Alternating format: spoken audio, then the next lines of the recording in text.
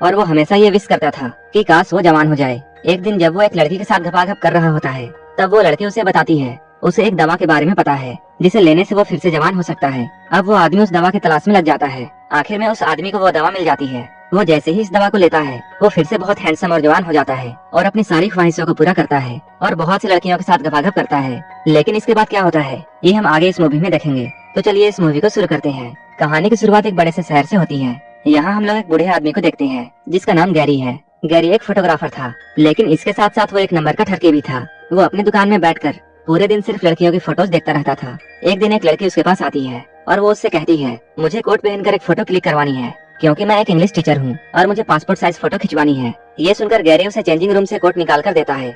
इसके बाद वो चेंजिंग रूम से खुद बाहर चला जाता है। अब वो लड़की इस चेंजिंग रूम में आती है और वो यहाँ आकर अपना कपड़ा चेंज करने लगती है, लेकिन गैरी चुपके से उसे कपड़ा चेंज करते हुए देखता है। तभी उस लड़की को गैरी की हरकत का पता चल जाता है। इसके बाद वो गैरी की दुकान में बहुत हंगामा करती है और वो गैरी पर बहुत चिल्लाती है और उससे बहुत सारी गालियाँ देकर यहाँ से चली जाती है। गैरी की दुकान के बगल में एक सैलून की दुकान थी और इस दुकान का मालिक ली नाम का आदमी होता है। वो गैरी से कहता है, हम लोग बूढ़े हो चुके हैं और हम लोगों को अब लड़कियों के बारे में ऐसा नहीं सोचना चाहिए। लेकिन गैरी खुद को जवान मानता था और वो अपने आप को बूढ़ा कहलवाना नहीं चाहता था, इसलिए उसे ली की बातें फिजूल लगती है। रात होने पर गैरी अपने घर आता है। गैरी यहाँ बेड में लेटकर अपने फोन को देख रहा था।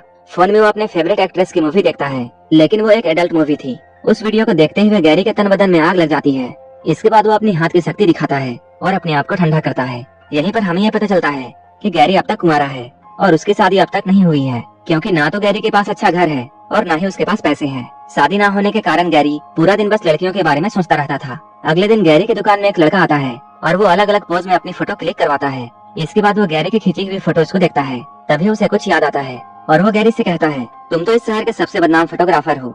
तुम्हें कई बार लड़कियों ने पीटा है, कई बार तुम जेल जाते जाते भी बचे हो। उसकी बातों को सुनकर गैरी को यहाँ शर्मिंदगी महसूस होती है, लेकिन वो उसकी बातों को इग्नोर करता है। इसके बाद वो लड़का इससे फोटोज लेता है और पैसे देकर यहाँ से चला जाता है। उसके जाते ही ली गैरी के पास आता है और वो गैरी से कहता है, हमारे शहर में एक नया क्लब खुला है, वहाँ कई लड़कियाँ ऐसी हैं जो कि पैसे लेकर कुछ भी करती हैं, इसलिए हमें एक बार तो वहाँ जरूर जाना चाहिए। ली की बात सुनकर गैरी बहुत खुश होता है और वो वहाँ जाने के लिए मान जाता है।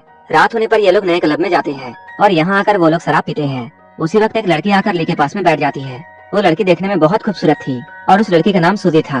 सूजी को देखकर गैरी की फीलिंग्स जागने लगती हैं और सबसे अजीब बात यह थी कि सूजी भी उसी को देख रही थी।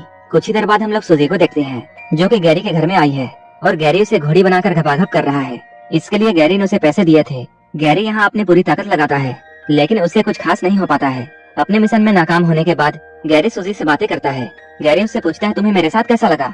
सूजी पहले तो उसका मजाक उड़ाती है, लेकिन वो बाद में कहती है, मैंने एक दवा के बारे में सुना है जो कि बूढ़ों को भी जवान बना देती है और वो दवा हमारे शहर में भी अवेलेबल है, लेकिन वो दवा कहाँ मिलती है ये मुझे नहीं पता है। सूजी की बात सुनकर गैरी सोच में पड़ जाता है और अब गैरी को हर हाल में वो दवा चाहिए थी।